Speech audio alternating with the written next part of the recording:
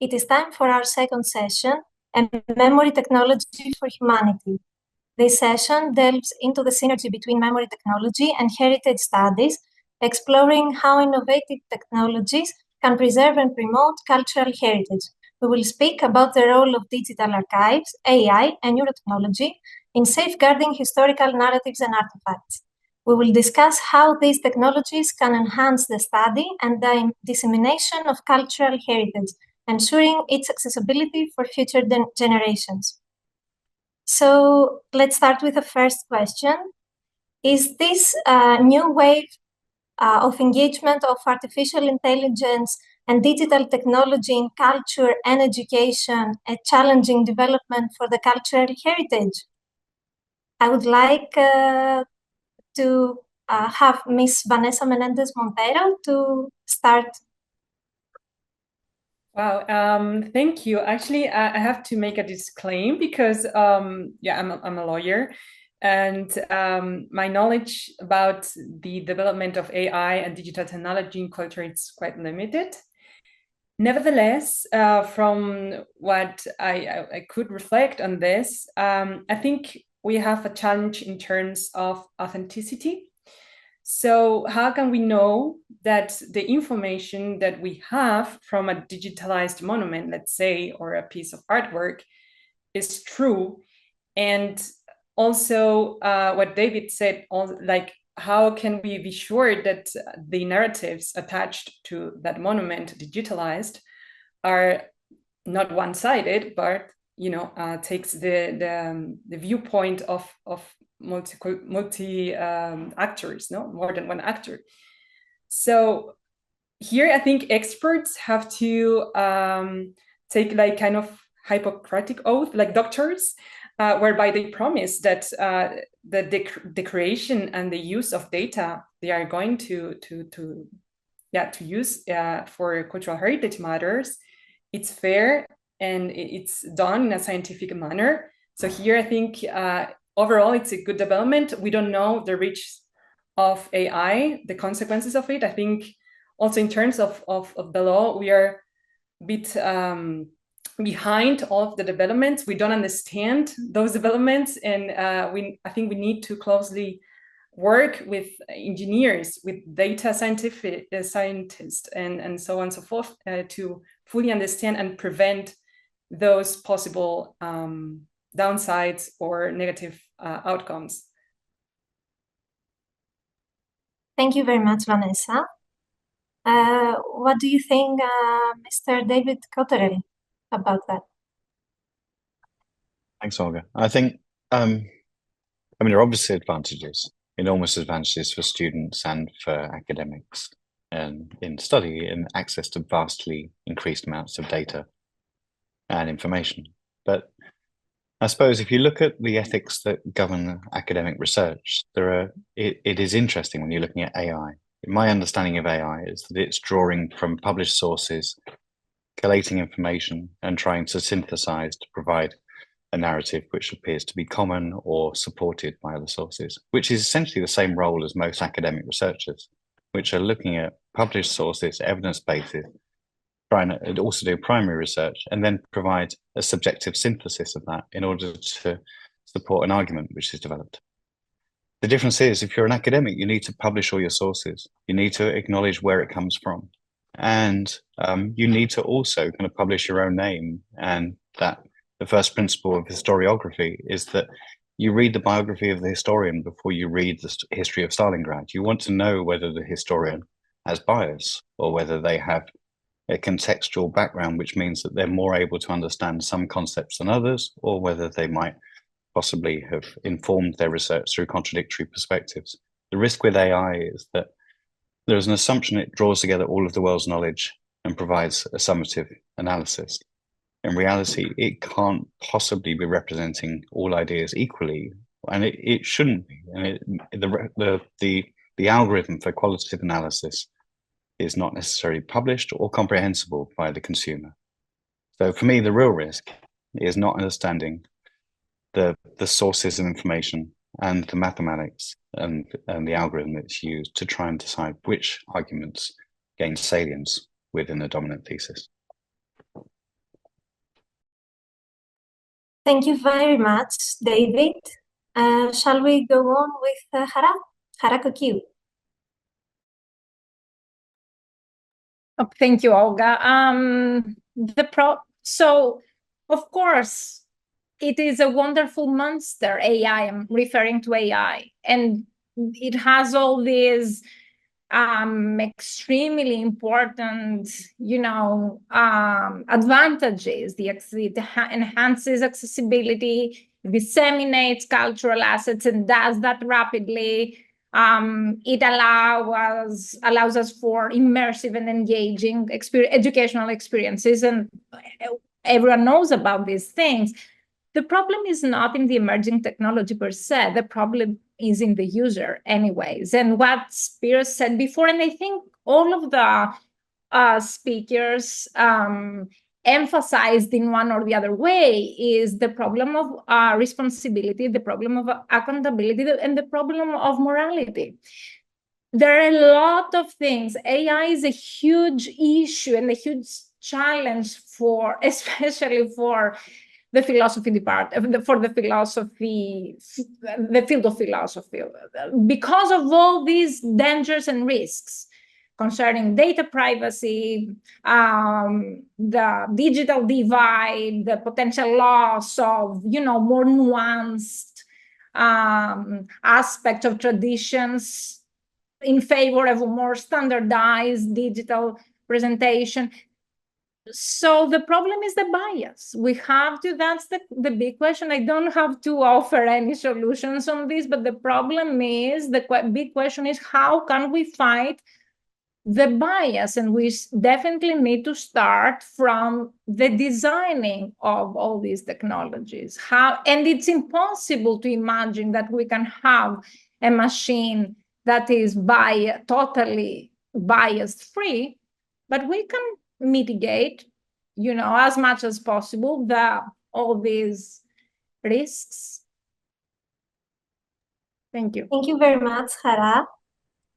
Let's continue with Miss Claudia Greenberg. Yes, thank you. And I can also speak, like Vanessa, you said that before, I'm also not an expert at all in AI, but I can reflect on the question just from my experience in working with especially young people and cultural heritage. And of course, young people tend to be very excited of using any form of AI or digital technology to work with the heritage side. And of course, we use that always when we can, and we use tablets if we can, and all these things. But this is just another tool, and it does not, in no case I have ever seen, replace the experience you have at a site. So I think digital technology in this can definitely be a great addition, because what it provided for the context of the project I was working in, we first had the on-site experience, and then we met in an even larger group with different people who have all had an on-site experience, and we discussed it. So that brought an extra layer of reflecting, of connecting to other people, of talking about an experience, but it can in no case happen without having had the experience in the first place. So I think this is the one thing. And then also the other thing I have to say, cultural heritage online, we have a big gap between shiny Google Arts products giving us highlight and amazing, great quality images. And on the other hand, let's just, for instance, take UNESCO's World Heritage List. If I tell a student to access it and to research something, this is complete technical UNESCO-ish language that no one would ever understand, with maps that nobody can read. So there's a big gap between very, very shiny, very monothematic, homogeneous pictures of heritage that completely are not complex, are not multi-perspective and nothing, and very technical on the other hand. So we are missing very much something that young people and people in general can connect to, where they can form and see different perspectives. And I think that is definitely a challenge, and we need to kind of bridge that gap at some time. Thank you. We hope so, for the best. Thank you very much, Claudia. Let's continue with Mr. Piotr Miskalowski. Thank you so much, Olga. The discussion is highly interesting, and still the first session is resonating in me. And I think that what Kara also brought, the Clifford Geertz theory on anthropological theory and culture, and I could only follow his thick description, the additive theory on culture that entails this and that elements, etc. I used to follow the Neo-Kantianism description of culture, which is a life according to values, something quite essential and quite easy to grasp, that all kinds of activities are there.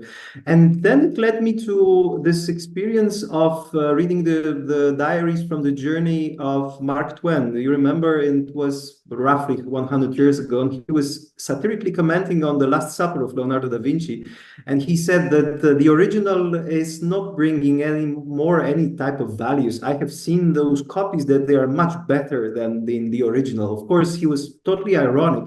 But what he meant is also that I believe that if we say that all roads are leading to Rome, I believe that it's really great that we could have an AI and other technologies, VR, that are gaining accessibility, are gaining our possibilities for inclusion, giving us tools, and also sometimes they are expanding on the experience. But of course, nothing, as Claudia said, nothing can be comparable with being in front of the original. Nevertheless, the roads, the paths we take are different, and to me, this is something quite essential. And one more example, you meant the Eiffel Tower, and I just recall this another theory of the description, the division between the information and the view, like what we read, what we digest before, and then we see it. It refers to Twain, but then I said to myself, Acropolis, Parthenon, it has been so much transformed in the centuries. When you go to Acropolis Museum, you see that it was also a mosque. It was like many different things. But did it change the root of the European culture, the origin? Did it make something bad to it in the very end? I think that we still connect to the root of this monument, and I think that playing with the culture, what Kara also said, like so many contexts, pop culture, everything. It's not harming in my opinion. It's just that we humans tend to be making those kind of interactions, and throughout the centuries those interactions are quite different. So now we have AI, and I would not be dramatizing about it, because this is just the progress. We cannot stop it. So that's my point of view. Thank you so much, Piotr. And let's also continue with Spiriton Kogas. Yes, it's a difficult discussion because many people today find through this debate about AI, old roles like the manichaeism that humanity loves so much to use. For example, the good and the evil, and the technology that is coming to replace humanity, and all this story.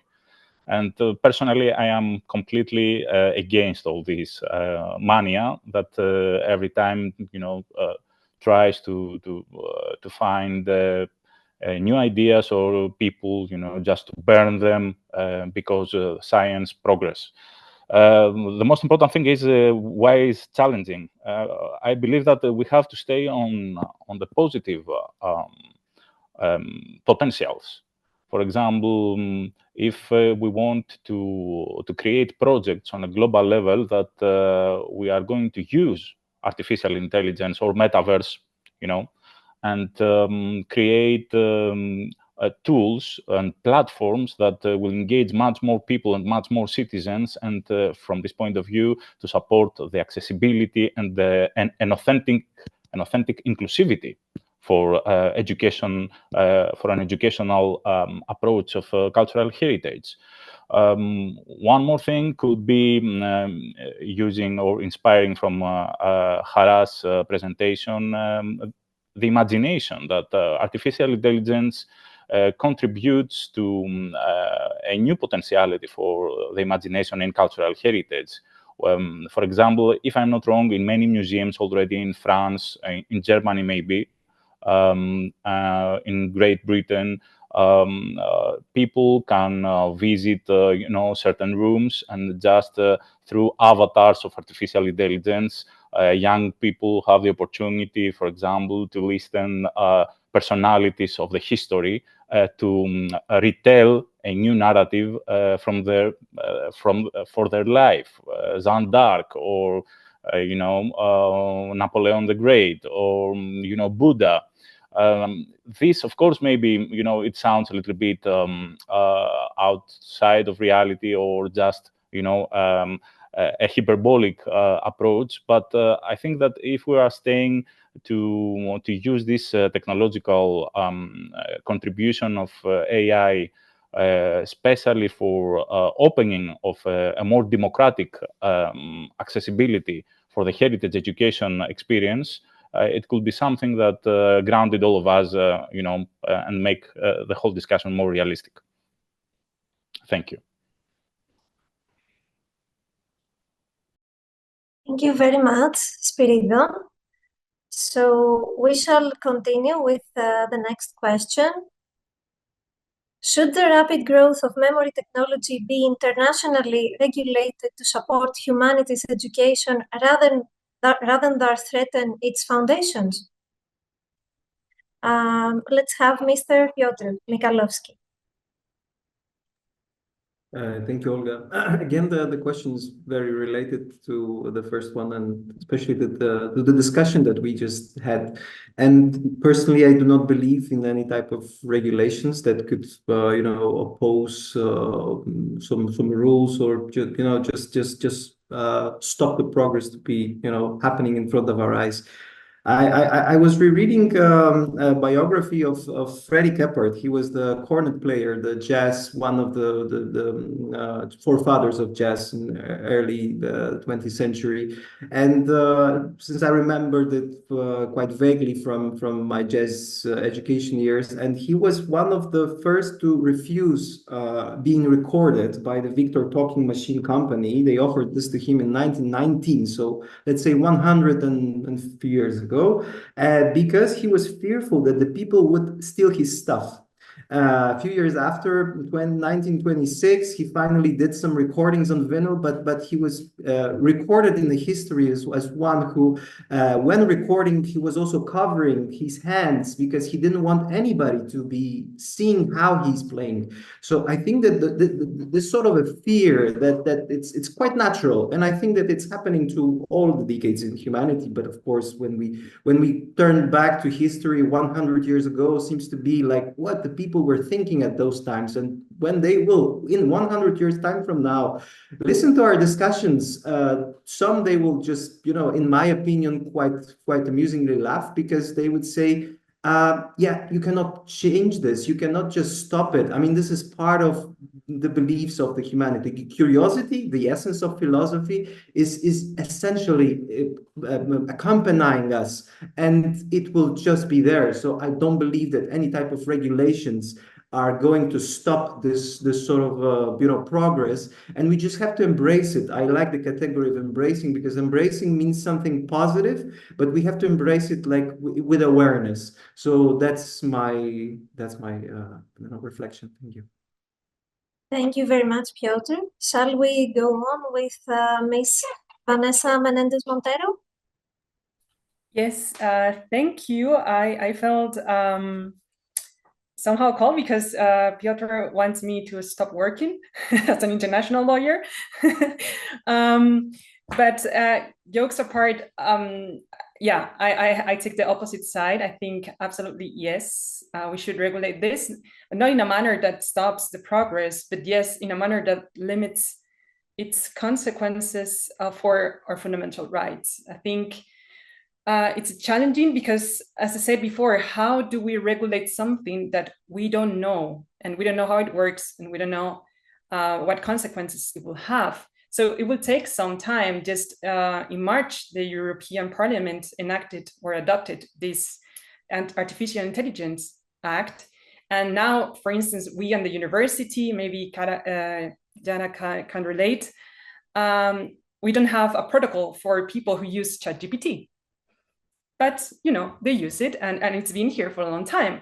So I think, okay, we are not fully aware. We should not stop any progress that can be potentially very beneficial for everyone, but we should take into account that there are consequences, maybe intentional or non-intentional, derived from the use of AI, and we should prevent it from, breaching our fundamental rights, especially the right to education, if I may.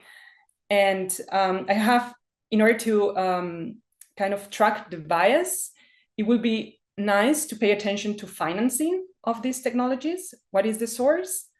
And also to involve big technologies in here. They have to have responsibility apart from states. So yeah, this is my intake. Thank you. Thank you very much, Vanessa. Mr. David Kotteren? I struggle with this one, really. When I read the question, I was drawn to Isaac Asimov's rules for robotics. And I remember when nanotechnology was the big thing, that everyone was terrified of something called grey goo, that if nanobots could reproduce themselves, then the whole world would be covered in nanotechnology. And there was a talk in academic circles and artistic circles of trying to come up with Asimov-type rules for nanotechnology. The fact is that regulation tends to come behind innovation, and we've seen that with kind of most technologies and even weapon systems. And I think what's likely is that there will need to be some regulation, as we've seen with kind of things which can be used for cause terrible harm, like chemical weapons and nuclear weapons. Robotics, there's big movement to try and regulate the use of autonomous robots within warfare, and AI could be used for target allocation, other kinds of things, which are well beyond simply kind of freedom of innovation, but then encroaching into the real human space we live. So there will need to be some, but I think what's interesting is probably that the key thing is what other people have mentioned, which is that while we're working out where are the risks, is to maintain a kind of mindfulness and a kind of awareness. When the telephone was invented, people probably felt it threatened human interaction. When the pandemic happened, we thought we didn't need to meet in person. When the internet was developed, we thought that we might not be able to cite data anymore. We can evolve to understand both how to cope with technology and also how to recognize that the technology doesn't substitute for all other experience and ideas. I think at the moment, the risk is that people assume that AI provides a comprehensive solution to challenging, kind of problems of thought, and that you can simply go to that.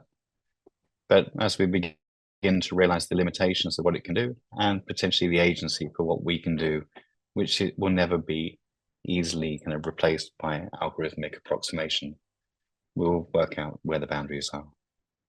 My intention is probably to be kind of the idea that somehow you allow for experimentation and innovation, but that you keep a watching brief both on your own kind of misunderstanding of what's being developed, and also society does, in terms of making sure that it doesn't impact on vulnerable. Thank you very much, David. Shall we go on with Ms. Harakokiu? Sure, but of course, I think I'm already covered by these insightful things you said. My intuition agrees with what Piotr said. I'm struggling to find it, natural or reasonable to set boundaries to human curiosity, if you want. We can't do that. We can't stop it. On the other hand, life kicks in. And as Vanessa said, I have a very bad experience with students already abusing AI in different forms of AI, which indicates the fact that we cannot actually, or at least not all of us globally are able to use freedom in a proper way. And, I think I tend to say that it might be a good idea to attempt or at least try to be on the same page on some foundational basic things, also it's extremely challenging. Vanessa knows, is an expert on that. It's extremely challenging to implement legal frameworks that work internationally, even when it comes to to research projects. So I don't think that it would be an easy thing, first of all, to do it. It would be extremely challenging.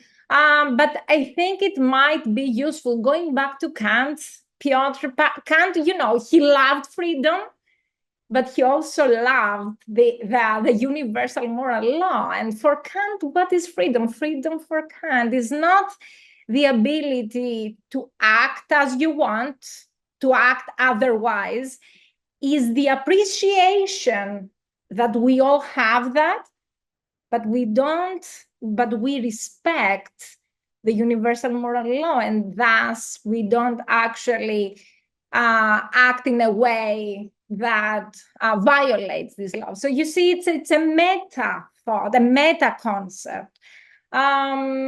So I'm not, again, I'm not afraid of the machines. I'm not afraid of any technologies. I'm afraid of the human, of the power of the human, mind, if you want. And it's exciting to discover new things. It's absolutely, no one can stop that, but maybe we can, regulate it to some extent. Yeah. Thank you. Thank you very much, Hara. Shall we go on with Claudia Kronberg? Yes, thank you. I guess I will leave the international regulation to the lawyers and the enthusiast on the other hand. But what I would like to say is, because I think we are all more or less in research and in practice of cultural heritage. So what I think is important, going back to what pretty much everyone has said in their speeches, was the connection of heritage and identity. And while this connection is widely acknowledged, and we all know that identity and heritage belong together, they inform each other, it is nevertheless, there's still a lack of how is this identity work actually taking place? What is needed for this identity work to happen? And now memory technology coming in this, we would need to ask the question, so what is the role of memory technology? Does it harm? Is it beneficial? What is the potential in this heritage work, in making a relation between heritage and identity? And I think this is just not covered at all, or I'm also not aware. Maybe there might be some great research on that already, but it is at least not very widely available. And I think this, being researchers in cultural heritage, would need to be the first task to understand before we talk about then regulation that we of course need to do. Yeah. Thank you very much, Claudia. Let's move on further with Mr. Spiridopoulos.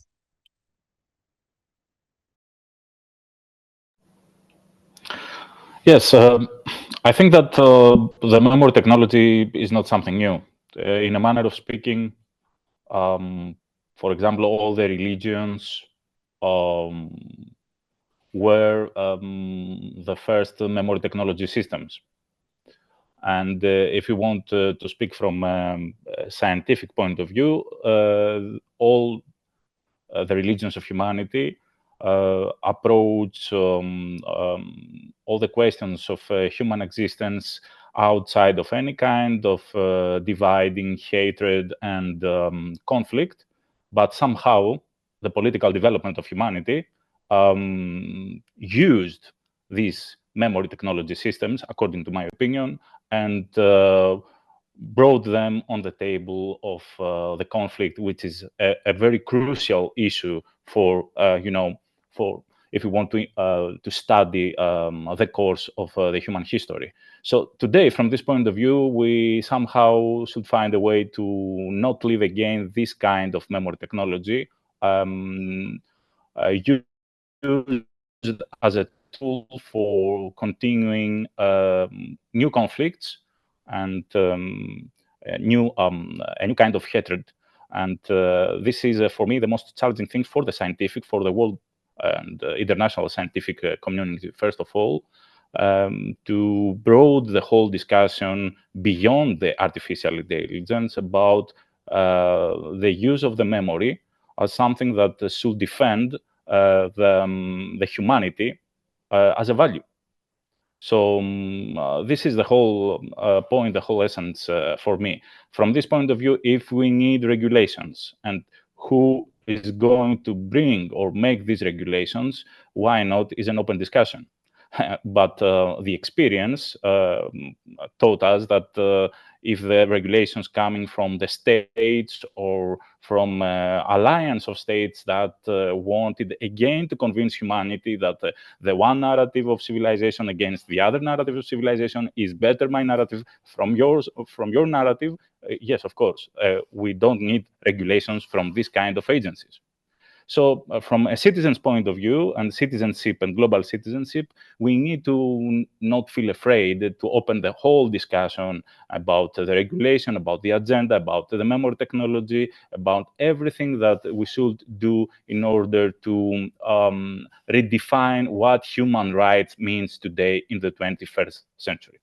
Thanks. Thank you, Spiridon. And finally, can we say that this explosion of this memory technology is ideal for strengthening the global equality in education access and the citizens' reuse of heritage as a human right? We would like to have Ms. Vanessa Menendez Montero. Thank you, Olga. I would like to have a positive intake on here, but the issue is that I read a lot of things already, so I take a critical view, because who has the necessary technologies to develop the material and also to grant access to cultural heritage? Well, I think here we are replicating a global pattern where the global north have the necessary means to develop everything else. But what about, of course, the access to this education, cultural education in, I don't know, a town in the middle of Nigeria, right? So I think the new technologies are important, but we should also pressure states to share and to cooperate in terms of technology. And of course, this is a profitable industry, so it's not easy. And one of my concerns when it comes, for instance, to this whole new debate on restitution of looted cultural property, right, from former metropole to the colonies, right? One of the arguments that I read was, okay, we can develop technology and give these people in the middle of Nigeria a replication of the objects that I have here in the museum of X state in the global north. And this, I think it's extremely wrong, and also contradicts this notion that Claudia, about, well, this doesn't replace the actual experience. And while we have objects in ethnicity museums that maybe are important for communities, we should not rely on technologies to just not give them back. And I think that's my main concern. Thank you very much, Vanessa. Shall we go on with Mr. David Cotterell? Thank you. I mean, I think people have said before in other questions in their presentations that the enormous value in terms of access to each other's perspectives, artifact, cultural heritage, beyond simply the environment that you happen to be part of. There is an issue, I think, in terms of it. There's benefit, but on its own, it's superficial. In that, if we have, I agree with Vanessa. I think there are risks with us assuming that this gives us equal access, not only based on equal privileged access to technology or to the mediums of consumption, but also in that the things that are sharing are enough for us to understand about each other. We have a tendency as humans to kind of value what we can measure and document. And if it's hard to document or to represent, we talk about it less, and we don't necessarily kind of try and attribute value to it. So we value the artifacts, we value the written records, the recordings, but the non-verbal communication, the social interaction, the contextual kind of value of an object, the way in which a language might have evolved through behavior and environment, and the way in which it might still be dynamically evolving is something which might be missing from the record that's shared. We might end up kind of possibly extrapolating from our own understanding of a limited experience of other cultures, what that object, what that record, what that kind of testimony actually means.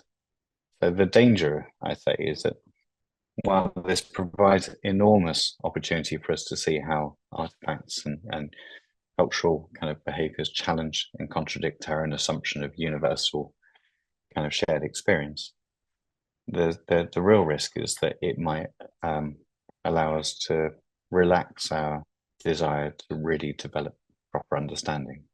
Part of the challenge is to recognize how cultural heritage can change our own experience of self, as well as simply educate ourselves about others.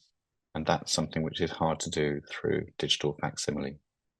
But it can be something which enables us to become curious as long as those other means of engagement are still available. Thank you, David. Shall we go on with Harakotiu? David gave so profound insights that I'm afraid I'm gonna just give oversimplified claims now. But this question was an easy no for me. Definitely not ideal. I mean, at least at this moment. Claudia said before, it's just a tool, and I totally agree. I think it's a very accurate description, just a tool, and an imperfect tool at this point.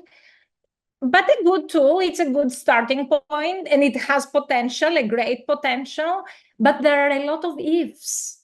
There are a lot of requirements that we need to meet before using memory technology to promote global equality. Otherwise, it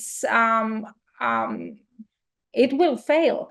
And a couple of these requirements have to do with bridging the digital divide, with ensuring widespread digital literacy.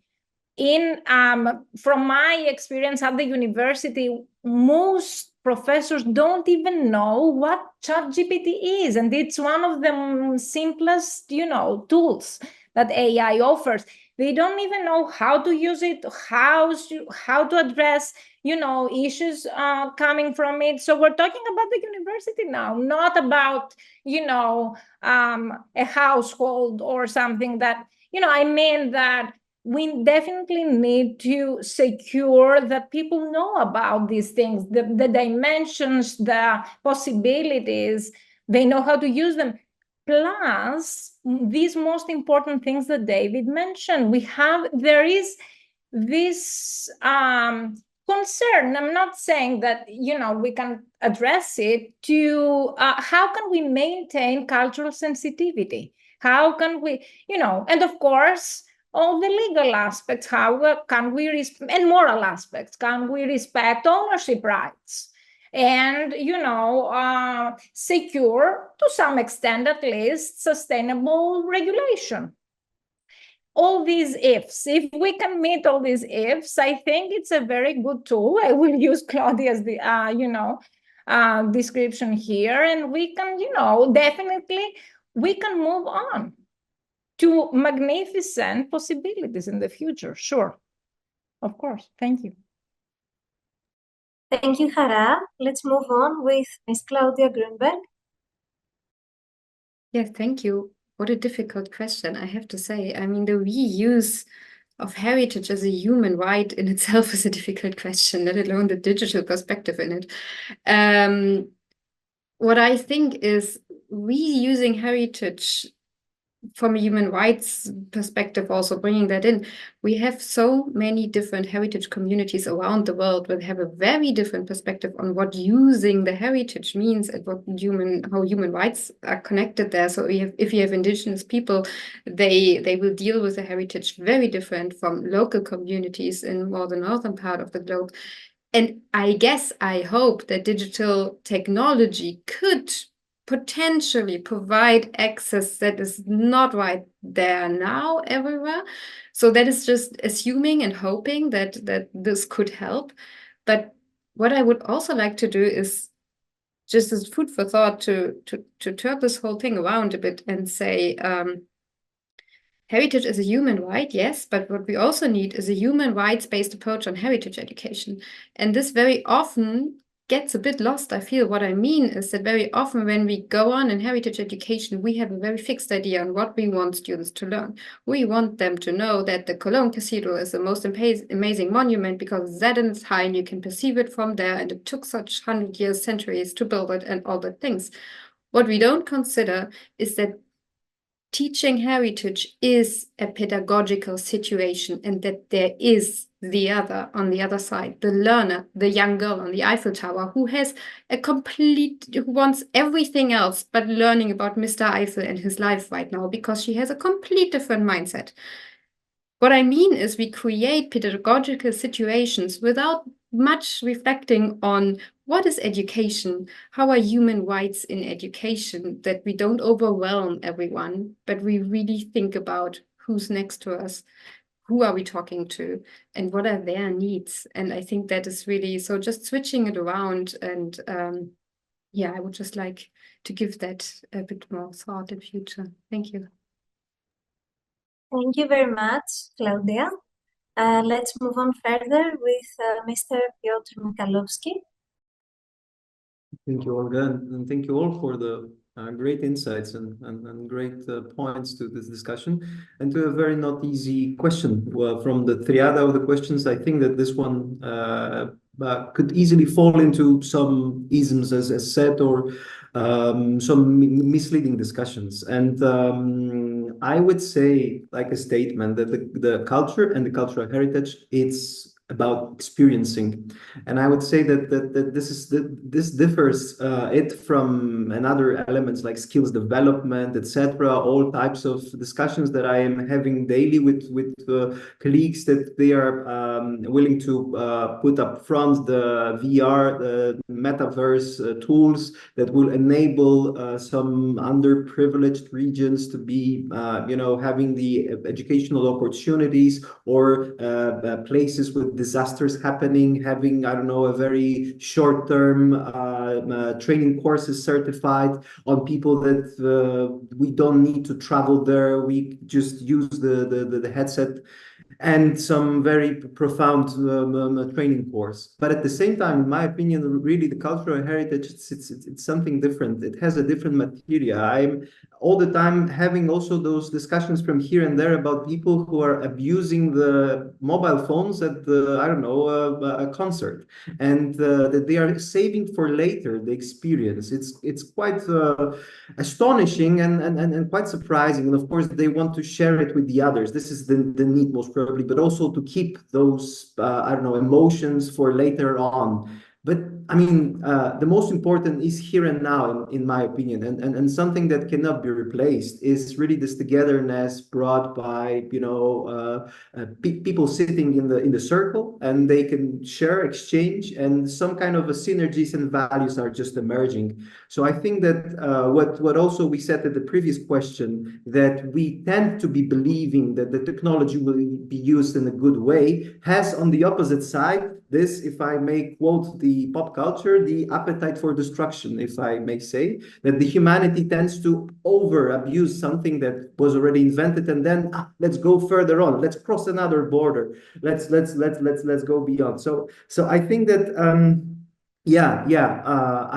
I would finish with Kant, of course, as you brought him, that there is this starry sky above me, but the moral right inside of me. I think that this is the essence of also very fast cars. People were telling that it's not about using it, but about the possibility of using this power. And of course, some they go beyond it, and it can tragically finish. But at the same time, I think that we can never regulate this in the human personality, that there is this tension, like we say, the from medieval history, the over fight of the carnival with the feasting season, and the feast over fighting the carnival. Like, we are all the time somehow split between those two.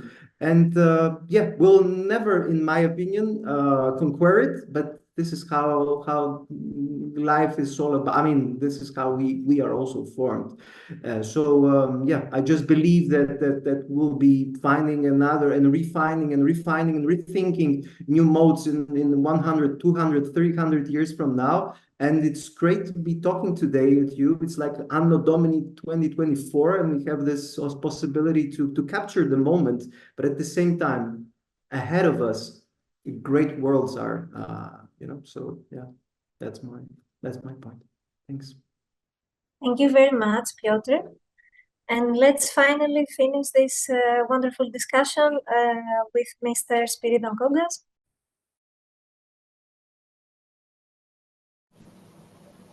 Yes, it's fantastic, the whole discussion. I think that the first serious contribution for global education is to use the digital technology and all this digital evolution today in order, first of all, to support the global invisible to be visible. To bring the people that are coming from the global south, from Africa, from Asian communities, to something that many times in Europe or generally in the Western world, we use it as a physical condition, but it's not like that. So the first step is to make projects and to work this kind of scientific evolution to be really accessible to all these people. And of course, to make all the necessary preparational, educational work in order to support these people and these boys and girls from the underdeveloped countries that they do not have water, they do not have food. But at the same time, we have to insist that this kind of scientific evolution, first of all, should be really inclusive. The second thing is that we have to be more innovative in order to break the old narratives. For example, it's a very good opportunity, this technology, to support new projects in order to have in the European educational systems the point of view about the history from an Asian perspective, from an African perspective, from a Latin American perspective, and the European students to learn not only the European perspective, but all the perspectives about the global history and the evolution of phenomena, sciences, and the contribution of each civilization. And the opposite, this technology could support also in Asia, in Africa, and other continents to learn not only about the European imperialism and the European colonization, but the other aspects also of the European culture and heritage and humanity. And if we are trying to create projects that concentrate the whole scientific objective data from all around the world and be very, very, very calm and sober in order to consider them and infiltrate them against any kind of dividends and try to dare how could be a new narrative for humanity, I think that this kind of technology could be very useful. Just imagine that a positive aspect that already I think Piotr mentioned before, we experienced through the digital connection and something that we are doing at this moment is, first of all, the right to break the isolation of borders. And this break of isolations of borders that technology brought to us, and because of internet revolution or informatics revolution, it's something that was very, very dangerous for the nationalist perspectives, for any kind of borders that are inside intelligence. The first thing that break the technological revolution was the borders of the mind and the borders of the intelligence. I think that from this point of view, yes, we have to be optimistic if we want, of course, to take the necessary initiatives for this scientific revolution too. Thank you very much. Thank you very much, Spiridon. Now our wonderful discussion came to an end, and we would like to thank you all for being with EdHeroes Greece Hub sessions, and also many thanks to EdHeroes. Thank you very much.